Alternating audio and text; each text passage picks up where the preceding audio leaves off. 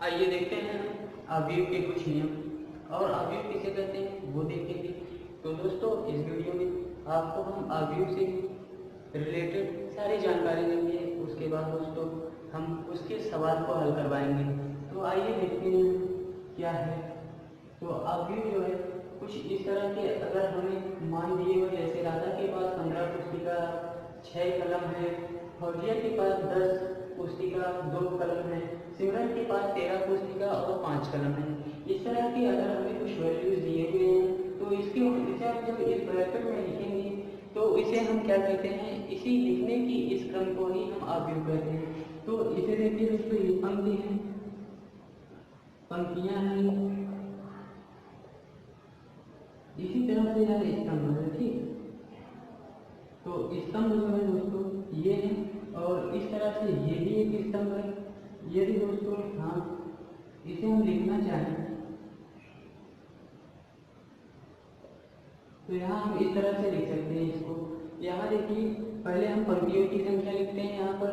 तो पंक्तियों की संख्या n, उसके बाद n, अर्थात यहाँ पंक्तियों की संख्या कितनी है 1 2 3। हमें पंक्तियों की संख्या 3 है हमारे पास, यहाँ 3 लिखेंगे इस तरह से। उसके बाद हम स्तंभों की संख्या लिखते हैं। स्तंभ की संख्या 1 है और 2 है, अर्थात 2 और 3। कोटि का हमारा जो है ये अवयव है। तो 3 और 2 कोटि का अवयव यह है। हम इसे जो प्राप्त करते हैं हमारा n और m जो है यह कोटि होता है, कोटि होता है।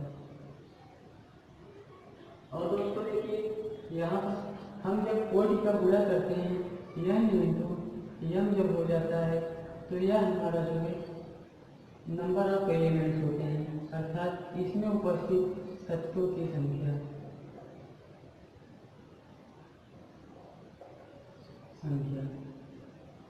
इस तरह से कुछ अवयव के ये रूल्स हैं। आइए देखते हैं हम स्तंभ अवयव किसे कहते हैं। स्तंभ अवयव के हम उदाहरणों को देखेंगे, उसके बाद हम आगे चल के और पंक्ति अवयव, वर्ग अवयव, इस तरह के सभी अवयव के या अवयव के प्रकार को हम जानेंगे। तो आइए सबसे पहले हम देखते हैं स्तंभ अवयव किसे कहते हैं। तो एक अवयव स्तंभ अवयव कहलाता है यदि उसमें केवल एक स्तंभ हो।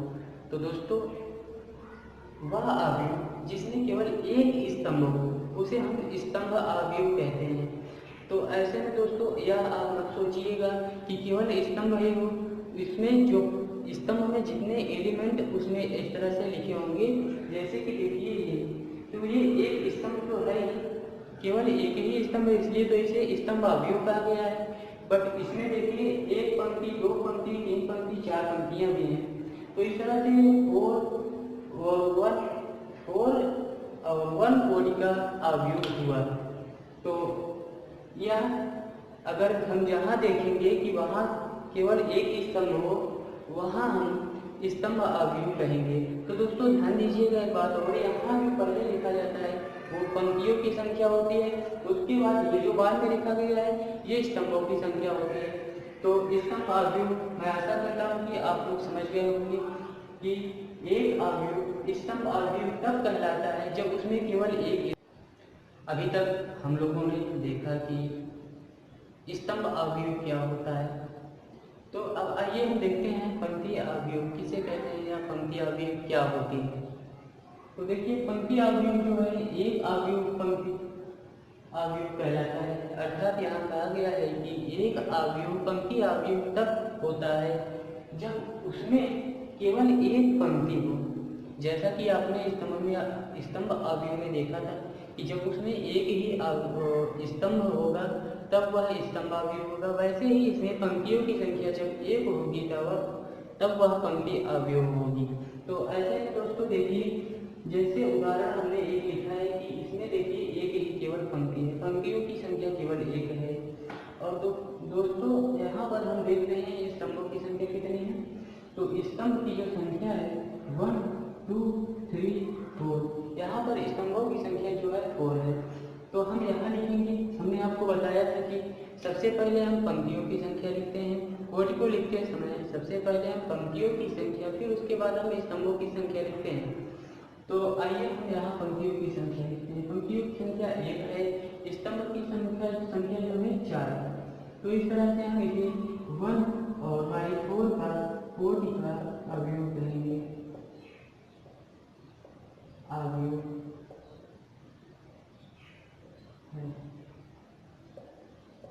तो दोस्तों यहाँ पर अगर हम एलिमेंट्स की संख्या निकालें तो हम कोटि जो निकली है रो और कॉलम की संख्या, उसका हम मल्टीप्लाई कर दें तो हमारी जो संख्या मिलती है वो अवयव में उपस्थित तत्वों की संख्या, एलिमेंट्स की संख्या को डिनोट करती है।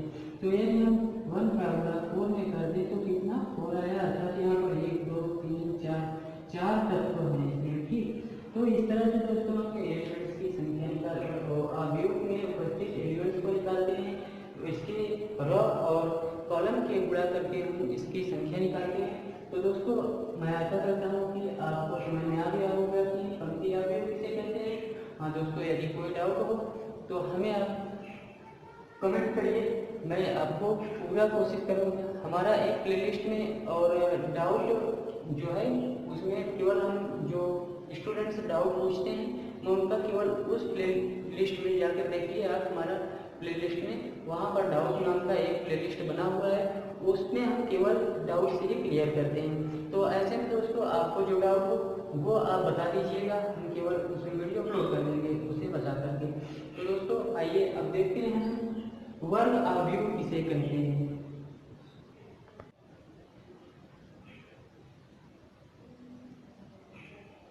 अभी तक हम लोगों ने स्तंभ अवयव तथा पंक्ति अवयव को सीख लिया है। तो आइए अब हम देखते हैं कि वर्ग अवयव क्या होता है।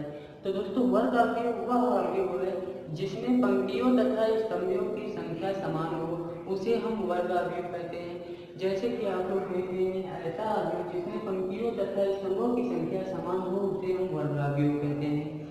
तो वर्ग अवयव का डिफिनेशन आपको बता दिया, तो आइए हम इसके एक उदाहरण लिख लेते हैं। जैसे 1 2 3 4 ये जो है वर्ग अवयव है।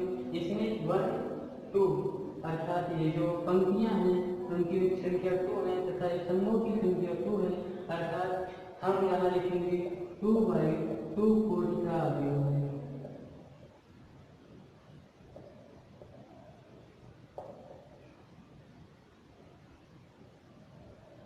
तो ऐसे में दोस्तों आप लोग देखिए यहाँ पर और एक चीज कि यहाँ हम यह इसे मानते हैं, इसे हम जानते हैं। तो यह इक्वल टू जब यम होगा तो ऐसे में हमारा यह अवयव जो होगा वो वर्ग अवयव होगा।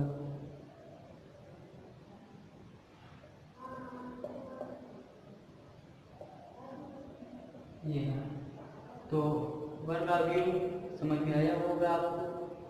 तो ठीक है, यदि नहीं समझ में आया हो तो हमें कमेंट कीजिए, मैं आपके रिप्लाई ज़रूर दूंगा। और हाँ, डाउट क्लियर ज़रूर होगा आपका।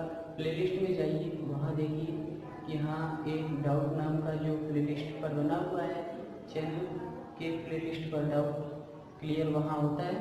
तो ऐसे में दोस्तों आप लोग वर्ग अवयव फिर से एक बार देख लीजिए। ऐसा अवयव जिसमें पंक्तियों तथा स्तंभों की संख्या समान हो उसे हम वर्ग अवयव कहते हैं। तो आइए अब हम आगे चलते हैं।